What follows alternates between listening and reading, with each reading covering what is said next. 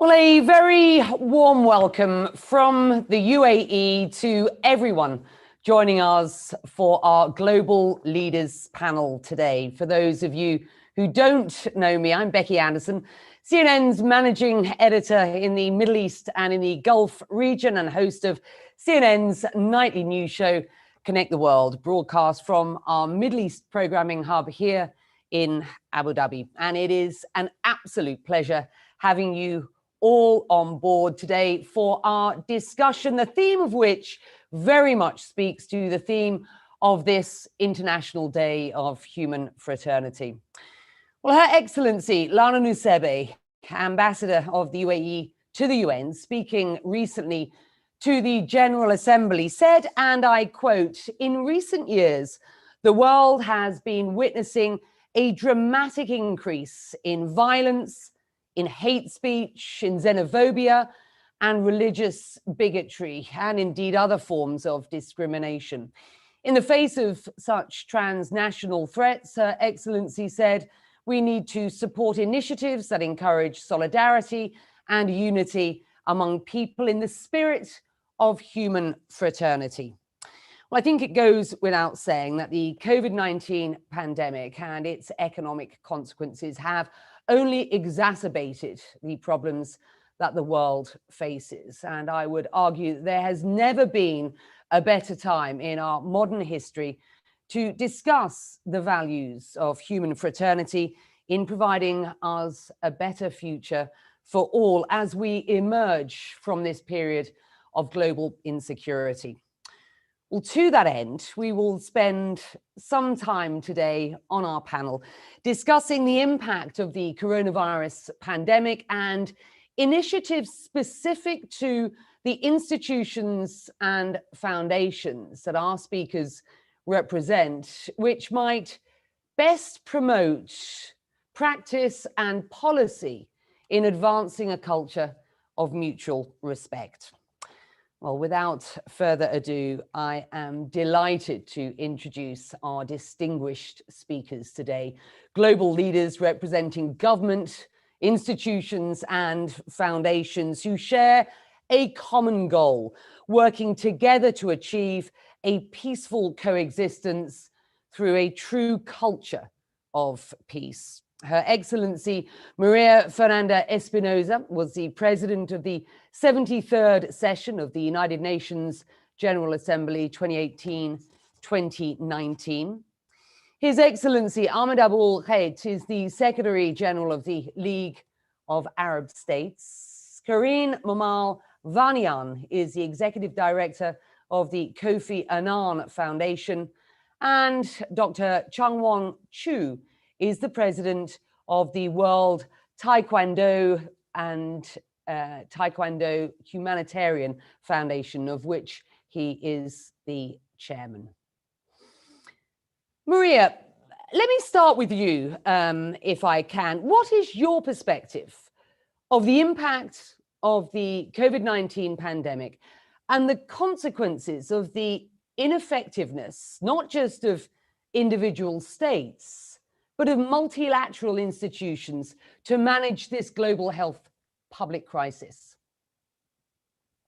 Well, first of all, thank you so much, Becky. And of course, I need to thank the UAE Ministry of Tolerance and Coexistence for bringing us together, for organizing this summit.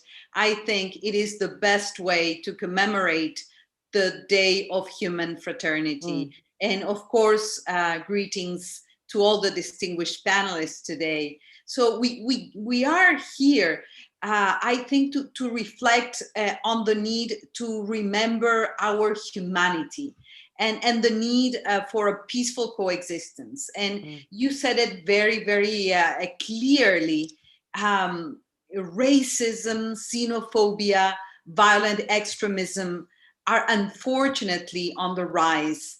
And we need and we can reverse this trend, and we can collectively build societies based on the principles of solidarity and cooperation. And I think, responding to your question, Becky, that was perhaps the clearest lesson from the COVID-19 pandemic. We are interdependent. We need each other. No one is safe until everybody is safe. The second lesson, perhaps, from the COVID-19 pandemic is that every zoonotic disease, and I don't want to use difficult words here, but meaning diseases that originate in animals, such as Ebola or influenza, I think it is a message to humans, to us, from nature, saying that we cannot trespass nature's boundaries, that we need to reconcile with nature, that our development should be sustainable and greener. And perhaps the third lesson that we learned is that we cannot go back to the same old. We need to reinvent, we need to rebuild societies that are more inclusive, that are based on, in a way, on affirmative action to fight poverty, to fight all forms of inequality, including gender inequality, economic inequality, ethnic inequality, age inequality. So we are told that we have now the opportunity to build back better, to build back more equal, greener, and to build back more peaceful societies.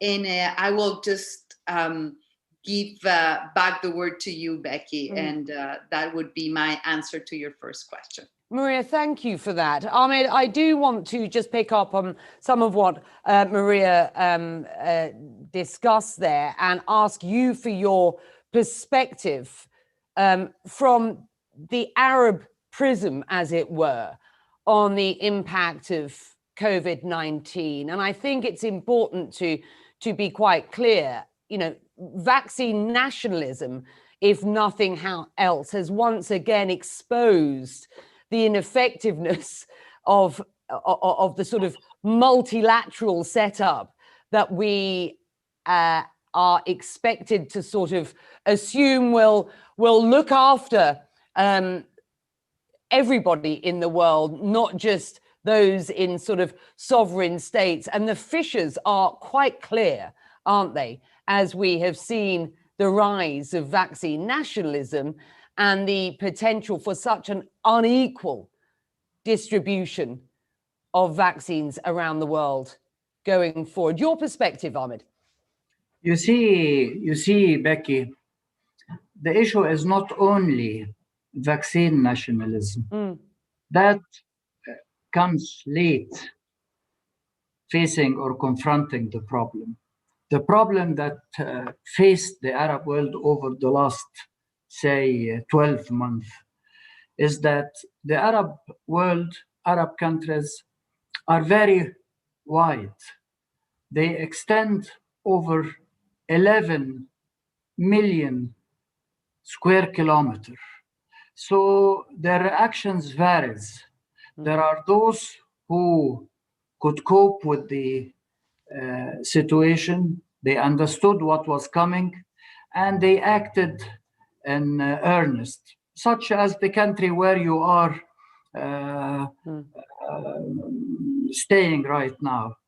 There are others who came late, and the ramifications of the COVID itself on their economies and the resources that were converted or diverted from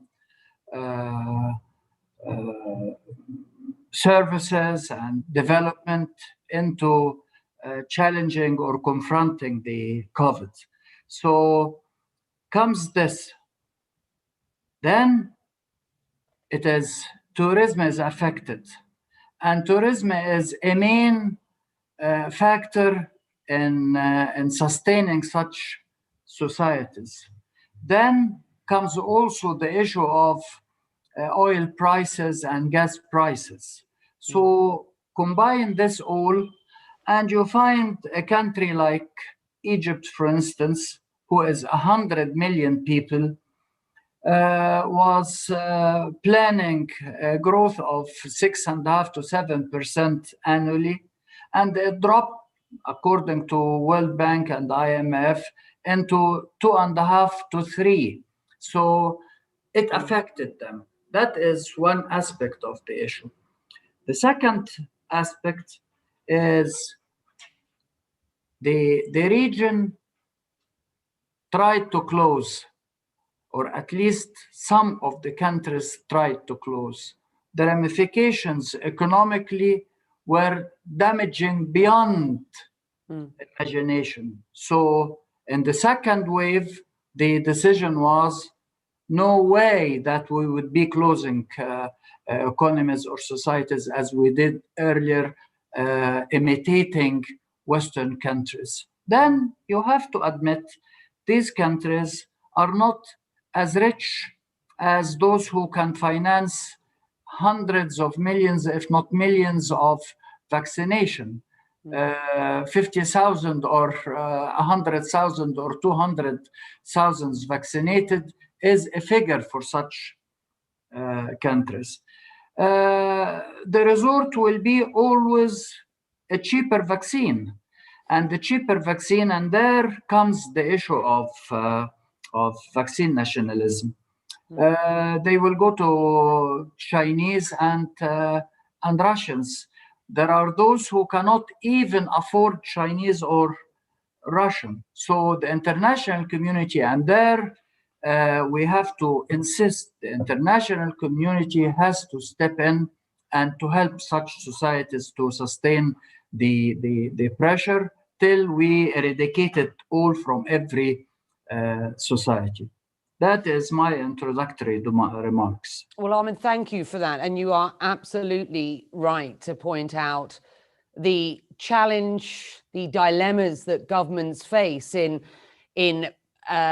keeping their economies open and keeping their communities safe. And you are right to applaud the leadership here in the UAE, who I think it would be fair to say is applauded around the world for its initial acts based on science rather than politics, its efforts in track and trace early on, and then indeed its efforts on what is a mass vaccination program here in the UAE, which has upwards of some 30% of the population now vaccinated. And I will add to that the efforts being made here, which very much speak to, again, the issues that we will discuss today with regard to human fraternity, the UAE's efforts to ensure that they can play a significant part in the supply logistics for the distribution of vaccines around the world in order that as many people as possible can be vaccinated. We are only as strong, of course, as our weakest part. Karine, from your perspective as director of the Kofi Annan Foundation, how concerned are you about what we have witnessed, experienced, and its impact over the past year, and what the challenges might be going forward? Good morning, Becky. First of all, let me tell you how happy I am to be part of this panel. For me, it's a completely natural fit, because if anyone was a proponent of human fraternity, it was our founder, Kofi Annan. And he used to say that, you know, we may be of different religions, we may be of different colors, we're just one human race. So I think he would have been very happy to see me here participating in this panel. From the foundation, Becky, what we see is that this COVID pandemic is a little bit of a test for humankind. It's a test of our ability to react to shocks and to show our resilience. And so far, I would say we have not quite failed, but I would give humanity a C- on this test. And I'll tell you why. I think on the minus side, what we've seen is that a crisis that should so obviously unite us, because as Maria, I think, said, you know, we're not safe until everyone is safe. This crisis has divided us. There has been a lot of acrimony. There has been a lot of finger pointed. And several of you have already spoken of vaccine nationalism. In fact, the head of WHO, of the World Health Organization, Dr. Tedros, said that until now, 75% of the doses of the vaccines that have been administered have been administered in 10 countries only. So there is inequality and there is nationalism, even in a region that is quite united as Europe. We've seen a bitter row between the United Kingdom and the EU, you know, over the vaccines. So this has not been a great success. Second, we have also learned that the effectiveness of the of the response to the pandemic at the national level has been not really based on the wealth of resources of that country, or even sometimes on preparedness. It has been a factor of the quality of leadership and the quality of civic engagement, which means the effectiveness of the response is based on trust of citizens in their governments and trust among the citizens. And that is a problem. That is not a problem. That's how the response is effective. But unfortunately, trust is very difficult to establish when communities are rife with disinformation. And the United Nations has spoken of an infodemic, which is a pandemic of disinformation. And what we've seen, unfortunately, is that what we already knew from the world of politics is that the disinformation spread like wildfire on social media has been a very, very, very negative factor. And also the internet and the social media, unfortunately, has been a way for extremists to recruit more young people, because young people have simply had more time to spend in front of their computers or stuck at home. So that is the problem about disinformation, social media, and hatred being spread on the internet. On the plus side, we have seen, and this is something very much that we have seen at the foundation, I'll talk about it later, we have seen extraordinary kindness and leadership from young people. The very young people who may have been the targets of the extremists have in fact shown great leadership in being the first responders in vulnerable communities, in particular, in bringing help, in helping older people. And they have taken things in their own hands in many communities. So that's very, very encouraging. And we have also seen great collaboration among scientists. And among all the recrimination, we need to remember that scientists have collaborated exceptionally well in the research for the vaccine and in the research for the cure that unfortunately is still eluding them. So that's on the plus side. And also on the plus side, yes, many people say it has been a failure of multilateral institutions. I would like to say that at least regional institutions have not done so badly. First of all, for instance, the European Union has decided that instead of going it alone, the 27 countries would purchase the vaccines together, would have a global economic response to the crisis. And I think that's really important. The African Union has also recently announced that it's managed to put orders for millions and millions of vaccines for Africa. Vaccines have not come yet, but at least the African Union has also shown leadership. And the World Health Organization, despite its faults, despite the criticism, has put in place this mechanism, the COVAX, that would be very important if people take it seriously and if countries play the game. So again, I would say we deserve a C- so far. Yeah, I think if countries play the game is what we must underline there, because as the head of the WHO pointed out, and you alluded to a number of the points that he has made, he has said that the world faces a catastrophic moral failure should it not deliver on the promises that have been made on paper. It's not like countries haven't signed up. It is a question now of people ponying up, not stockpiling, and ensuring that this COVAX mechanism does work. I must say, Karine, thank you for your comments.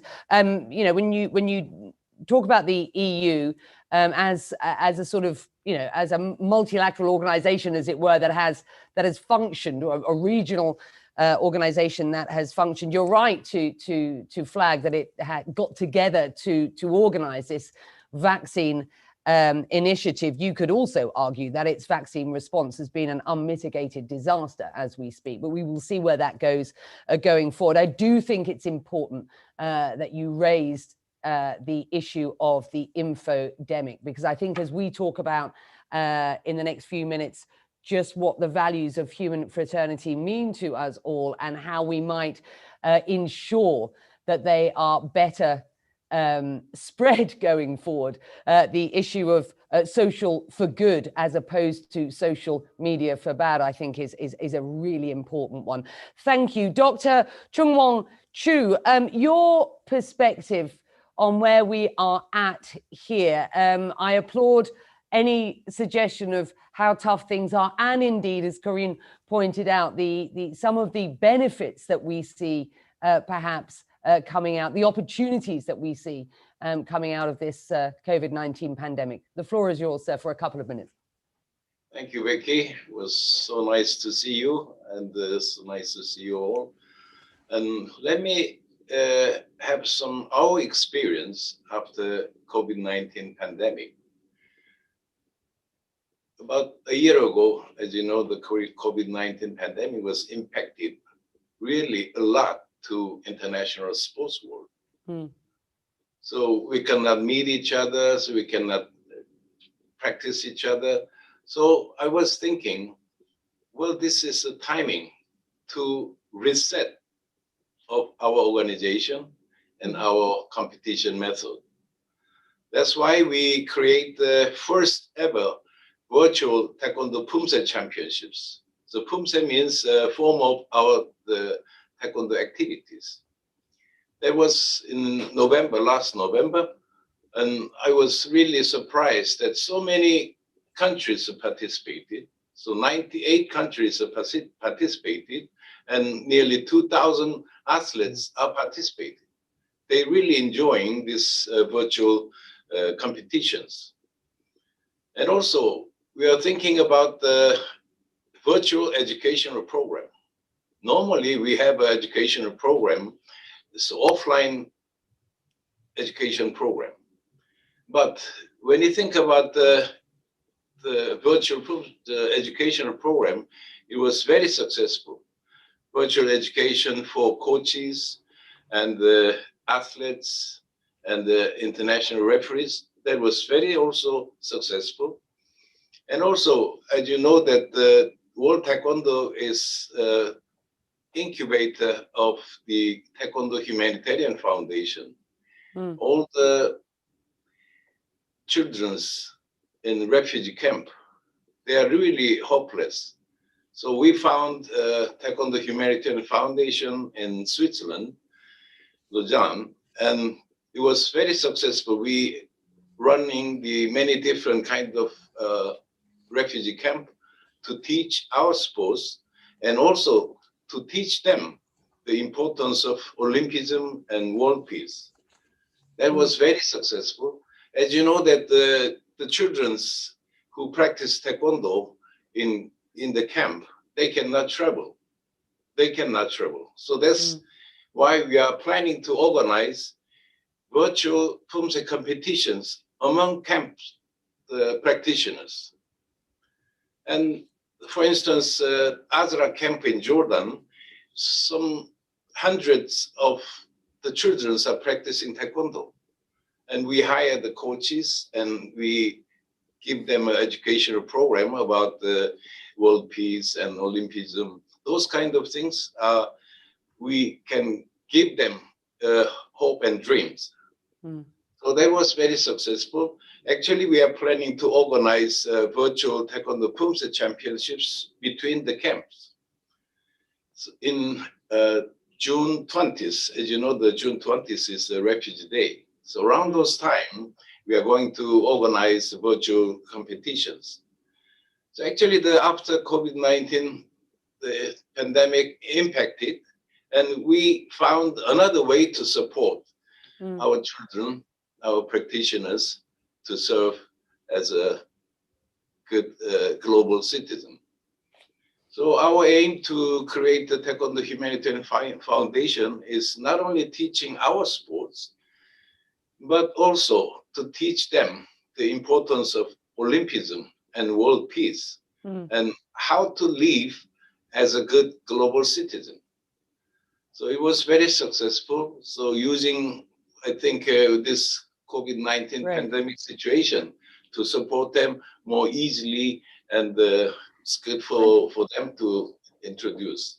And I think that's a great opportunity and springboard for us to consider what values of human fraternity mean to all of us at this point. Thank you for that, and discuss some of the initiatives that our other panelists and policies that our other panelists would like to provide some information on as far as promoting a sort of better sense of coexistence going forward. Look, this challenge of this pandemic coming as it has at a time when we have seen a dramatic increase in violence and hate speech and in xenophobia and other forms of discrimination, and where once we might have focused this discussion on how those issues beset a region like the Middle East, so we have seen evidence of all of the above, plus, in scenes from across the US, for example, over the past 4 years, the emergence of domestic terrorism, of extremism, of white supremacy, of the peeling away of the layers that have exposed sort of fissures of racism and bigotry in the US, in states across the country, and indeed in places around the world where once there might have been a sort of a cloak of respectability thrown across these fissures. We've seen the rise of populism oftentimes alongside the rise of these issues. So I think at this point it is important that we discuss how we might emerge stronger. And I'd like to better understand from each of you, and Maria, let's start with you, about what that better future might look like. And what do you believe the term human fraternity, what does it mean to you personally? Well, Becky, I think that what it means, it's that we need to recall that we are all part of the same race. We are all humans, and we need to remind ourselves that we are humans and we need each other to survive. Human fraternity is, the fundamental principle for human coexistence. And I think that, and when we say peaceful coexistence, it means among cultures, among religions, among political systems. I think it is the challenge we have here as we reset the world, as we rebuild, is to build a true culture of peace. And that includes, of course, interfaith dialogue, tolerance. And I think here, education plays a critical role. Quality education, education for tolerance, and the celebration of diversity. Sometimes we think diversity is a problem or an obstacle. But we should think about diversity as an asset, as a source of wealth, of different worldviews, perspectives, background, knowledge, cultures. And I think that this is the raw material for this moment of reinvention that we are living in. I agree with Corinne. I mean, I would give it, I'm perhaps less optimistic, perhaps a C, not a C plus, but we have at the same time this, opportunity to just not go back to the same old because it didn't work. We were not properly prepared for the pandemic. And the key here is how, through dialogue, through diplomacy, using the tools of multilateralism, the UN Charter, for that matter, the Declaration of Human Rights, how to build societies that are more sustainable, more respectful to the boundaries of nature, as I mentioned before, more resilient, better prepared. but also to fight something that has, come to the surface in a way because of the pandemic, which is the pandemic of poverty and inequalities. We are saying, COVID has affected and touched every country, every corner, but it hasn't affected, everybody in the same way.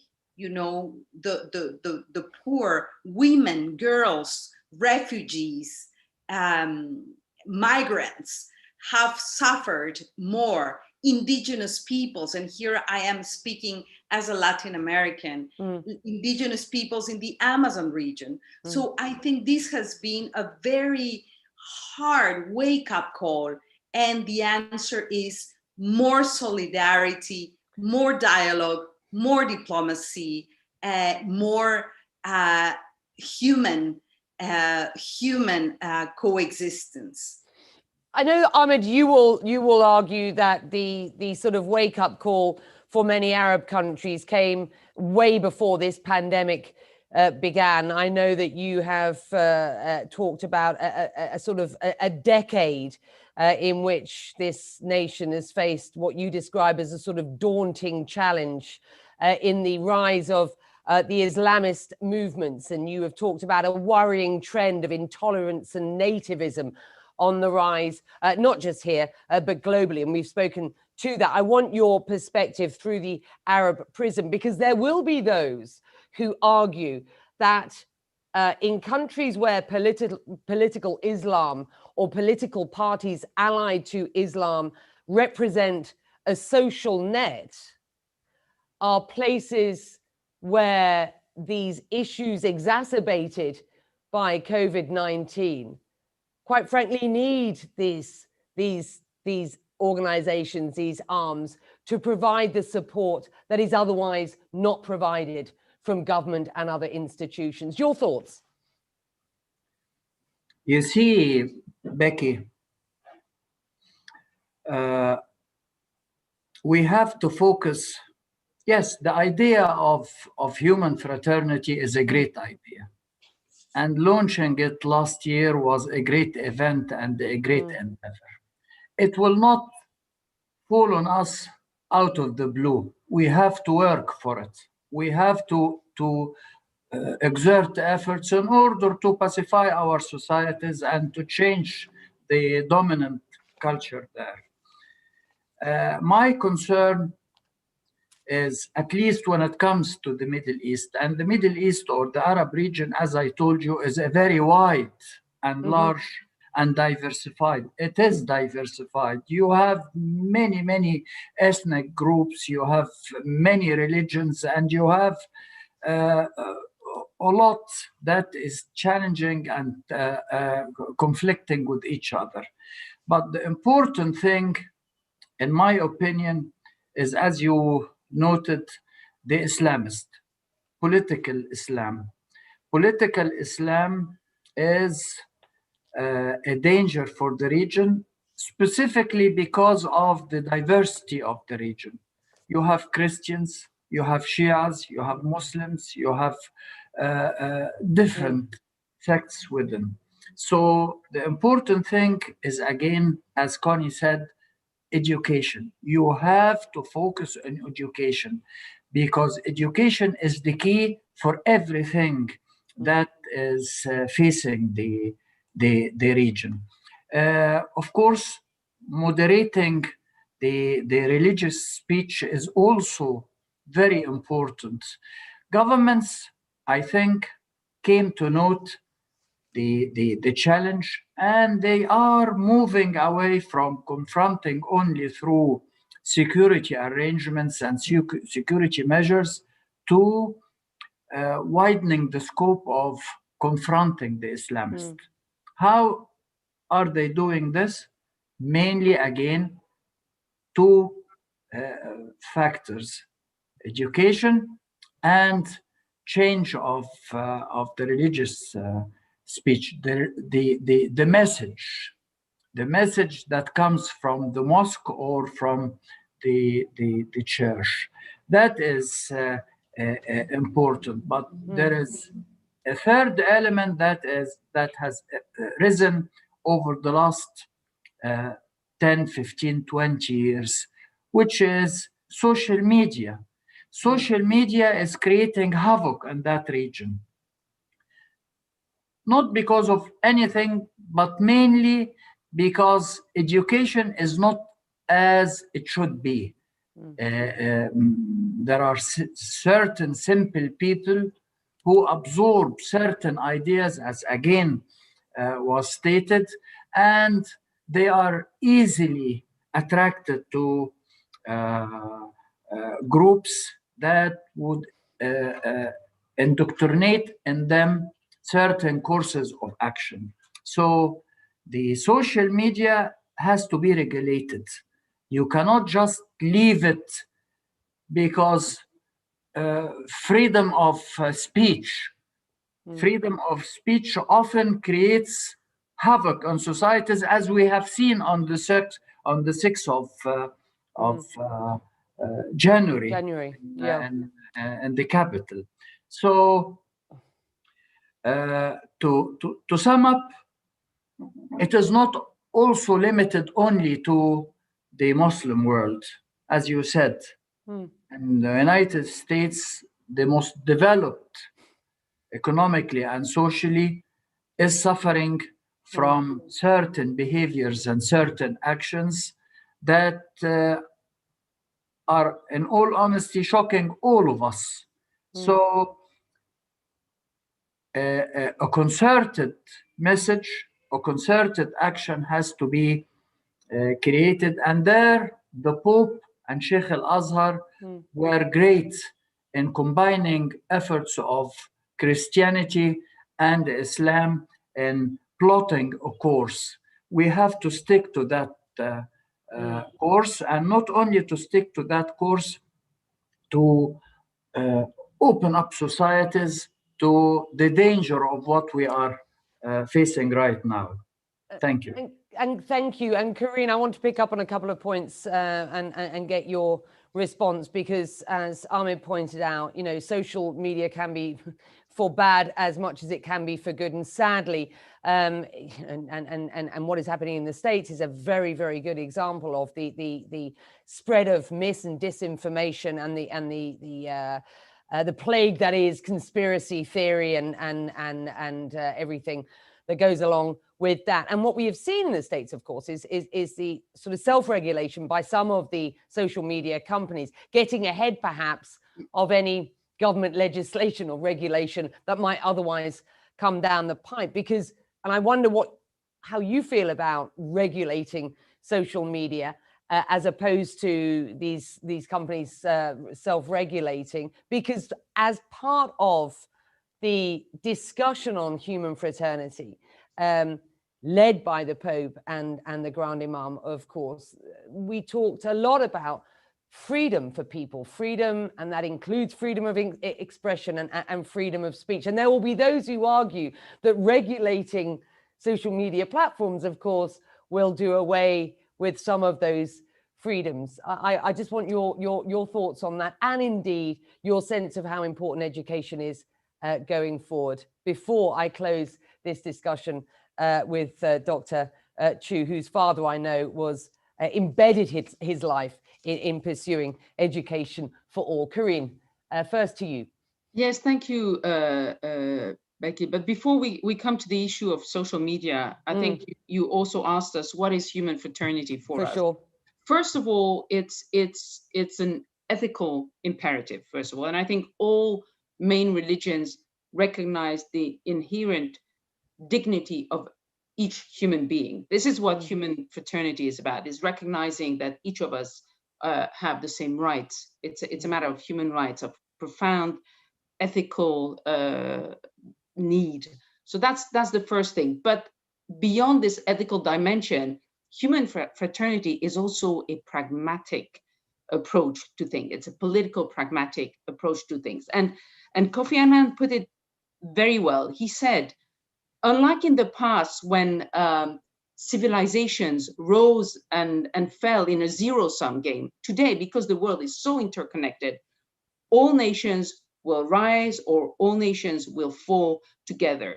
And I like this quote because it is self-evident, and yes, we fail to see it time after time, as we're seeing worryingly now with the COVID. So as much as the virus does not distinguish among colors and religions, climate change will not. Rising seas, hurricanes will not stop at the border, and they won't care who the people are that they're affecting.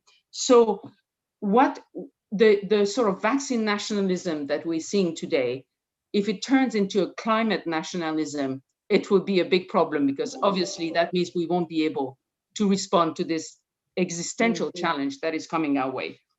One of the things that we've seen, interestingly, in the climate debate is the disinformation on social media. I think the climate deniers invented disinformation before the anti-vaccination movement. So this is where we come to social media, and you're absolutely right. I think governments have really struggled because the technology has evolved much faster than policies. Okay, and we know, for instance, in the United States, the issue is regulated by an act of 1996, which is no longer, which was before Facebook existed, before Twitter existed. So the legislation has not followed, and the governments have struggled between the need to balance, as you said, freedom of expression with the need to consider that these platforms are no longer just platforms hosting content, but they're actually moderating content themselves. And we actually held a debate last week in Geneva, where we're based, on the recent decision by Twitter to ban President Trump forever. And a lot of voices in Europe that were not very friendly towards President Trump asked, is it a decision that is Twitter to take?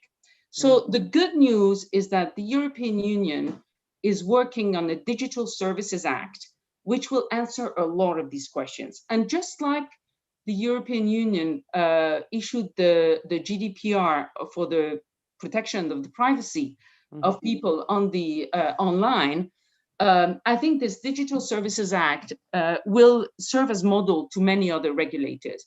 And the issue is really to consider what is the responsibility of platforms in presenting this content. They can no longer hide behind the fact that they're just hosting it, right? And we actually at the foundation are working closely with actors such as Facebook, and they are clamoring for regulation and legislation. They want it because, how can you moderate effectively content of billions of people? I mean, 2 billion users of Facebook. It's just impossible to moderate it effectively, and you can have the best algorithm, and yet you will always have hatred spreading like wildfire on these platforms. So this is really going to be a very, very important issue, and I think the COVID pandemic has accelerated our awareness that we need to respond to these very fast.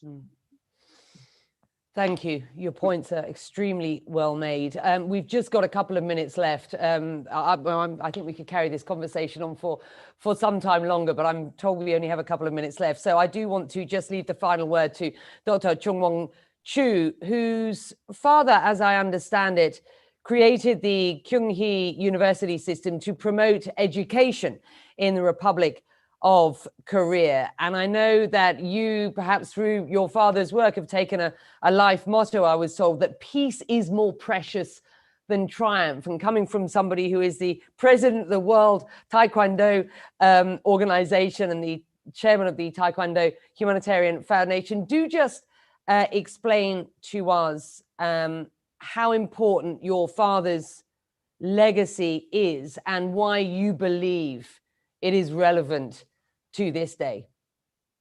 Thank you, Becky. And as you mentioned that my father, late father, actually, he was the initiator of International Day of Peace and Year of Peace. It was in 1981. So this year happened to be celebrate the 40th anniversary of International Day of Peace. So World Taekwondo Federation, we are planning to have organized Sports and Peace Forum in Wuxi, China, on the occasion of World Taekwondo Championships. So we are expecting around 200 participating countries are gathered for World Taekwondo Championships. So during that occasion, we are planning to organize a Sport and Peace Forum. As you know, that Taekwondo is a combat sport, but we are always speaking about the Taekwondo through peace. Mm. And as you remember that the last 2018, we organized Pyeongchang Winter Olympic Games in Korea. During that occasion, we invite North Korean-based Taekwondo demonstration team to Pyeongchang, and we work together and we celebrate the Olympic Games in Pyeongchang. Mm. So Taekwondo can contribute to our human society. I'm always thinking about after it became as an Olympic sports should do something for our society. Mm.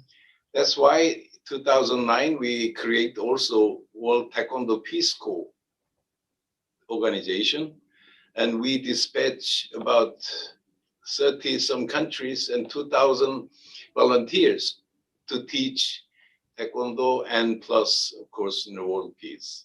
Mm. So this kind of activities, every sports should participate together. Mm. As I mentioned, in Azraq in Jordan, we have many Syrian refugees. So we built the Taekwondo Humanitarian Center for practice Taekwondo and give them an educational program. And during that occasion, I didn't mention this is my sports facility. We opened to other Olympic sports. So around this time, about 9 Olympic sports joined that the refugee camp to teach their sports to the children, like judo, badminton, table tennis, and wrestling, all these kind of Olympic sports. They're using our facilities and to teach their sports to the refugee children. Mm. I think this kind of humanitarian work is very important to give social impact for the not only refugee, and also we are doing the orphanage program. We have 210 member nations.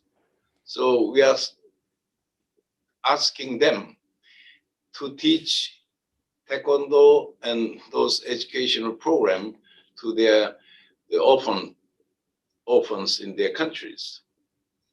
And this was very successful, and especially the Southeast Asia, we are supporting them in financially and also equipments, sports equipment to the orphanage.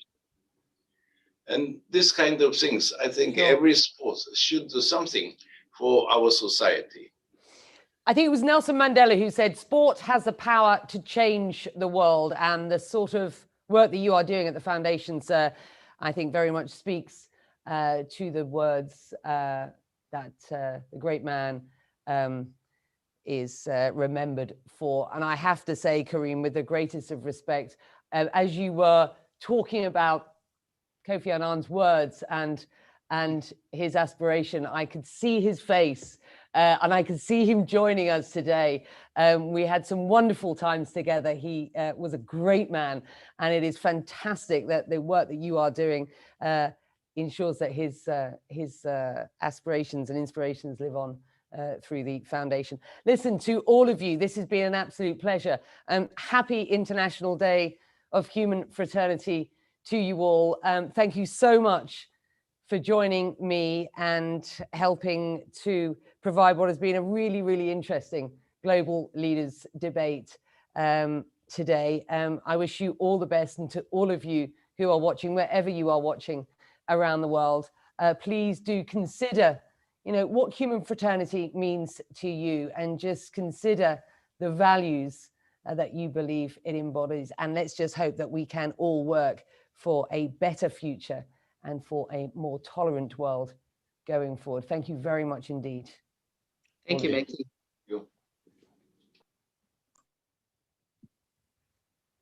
Thank you, Becky.